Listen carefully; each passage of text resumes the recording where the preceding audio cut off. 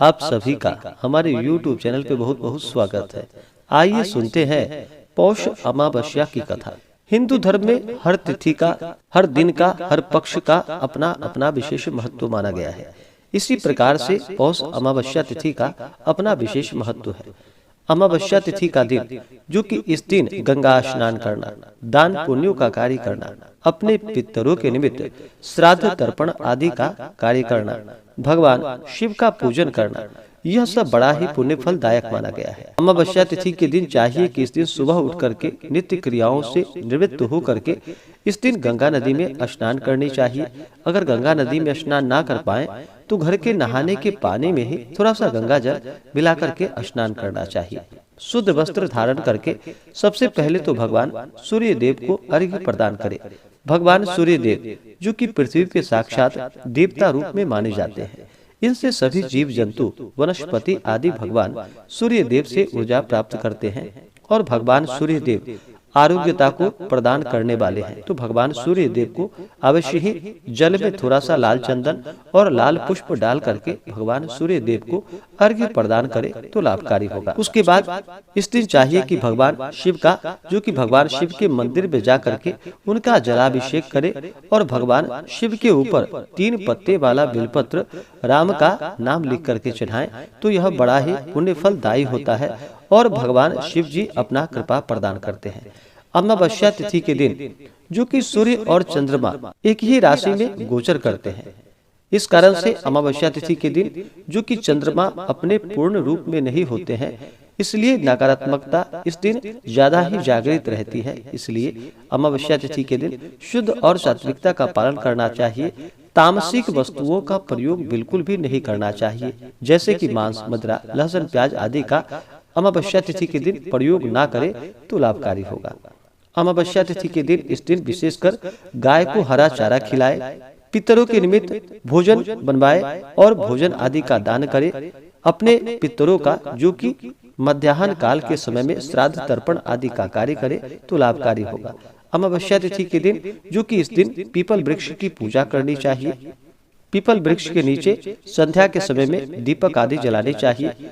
मंदिरों में दीप आदि का दान करना चाहिए। इस दिन अपने इष्ट देवता का, कुल देवता का पूजन करें पूरे विधि विधान के साथ तो लाभकारी होगा। विश्वाइए सुनते हैं पौष अमावस्या की कथा। एक गरीब ब्राह्मण परिवार के घर में एक बहुत ही गुणवान पुत्री थी, परंतु गरीब होने की वजह से पुत्री का विवाह नहीं हो पा रहा था, जिस कारण ब्राह्मण परिवार बहुत दुखी था।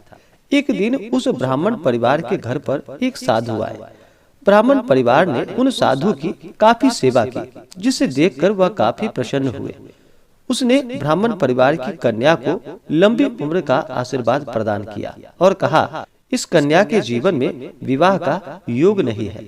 यह बात सुनने के बाद ब्राह्मण परिवार ने उनसे पूछा कि ऐसा क्या किया जाए जिससे कि इसके विवाह की योग बन जाए। इसके बाद साधु ने कहा कि कुछ ही दूरी पर एक गांव में सोना धोबिन नामक एक स्त्री रहती है, जो कि काफी संपन्न है।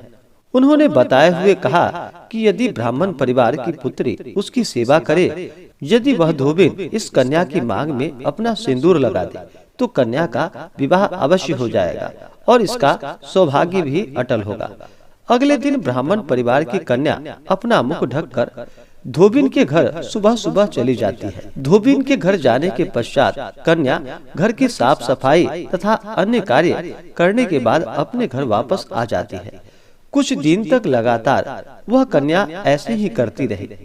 एक दिन धोबिन अपनी बहू से पूछती है कि वह सुबह सुबह ही सारा कार्य पूरा कर लेती है और धोबिन को पता नहीं चलता, परंतु बहू ने कहा कि उसे लगा कि धोबिन ही सुबह उठकर सारा काम उसके उठने से पहले ही खत्म कर देती है। इसके बाद अगले दिन वह निगरानी रखती है कि आखिर कौन उसके घर का कामकाज खत्म करके जाता है।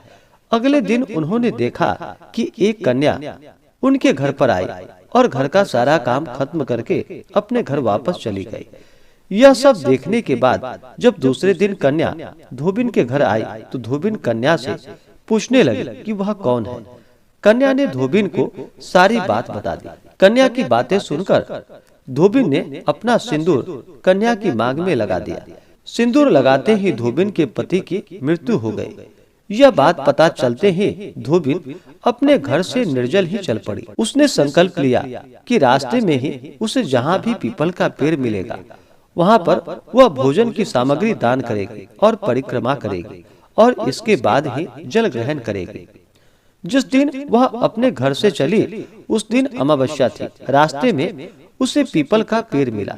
उसने पकवान की जगह ईंट के टुकड़ों से 108 बार पीपल की परिक्रमा करते हुए पेड़ को भवड़ी देकर पीपल के पेड़ की परिक्रमा पूर्ण की और फिर जल ग्रहण किया। ऐसा करते ही उसके पति जीवित हो गए। इसलिए जो भी अमावस्या तिथि के दिन पीपल वृक्ष का पूजन करते हैं, अमावस्या तिथि का व्रत रखते हैं, उन्हें अवश्य ही सुख समृद्धि की प्राप्ति होती है। तो बोलिए प्रेम से भगवान भोलेनाथ की जय, पीपल देवता की जय, सर्वदेवी देवता की जय। तो आशा करता हूँ कि यह जानकारी आपको अच्छा लगा हो। ऐसे ही ज्ञानवर्धक जानकारियाँ प्राप्त करने के लिए हमारे इस चैनल पे अगर आप नए हैं तो चैनल को लाल बटन दबा करके सब्सक्राइब करें, साथ में बेल आइकन घंटी को दबाएं ताकि मेरे वीडियो का नोटिफिकेशन आपको समय से मिलता रहे।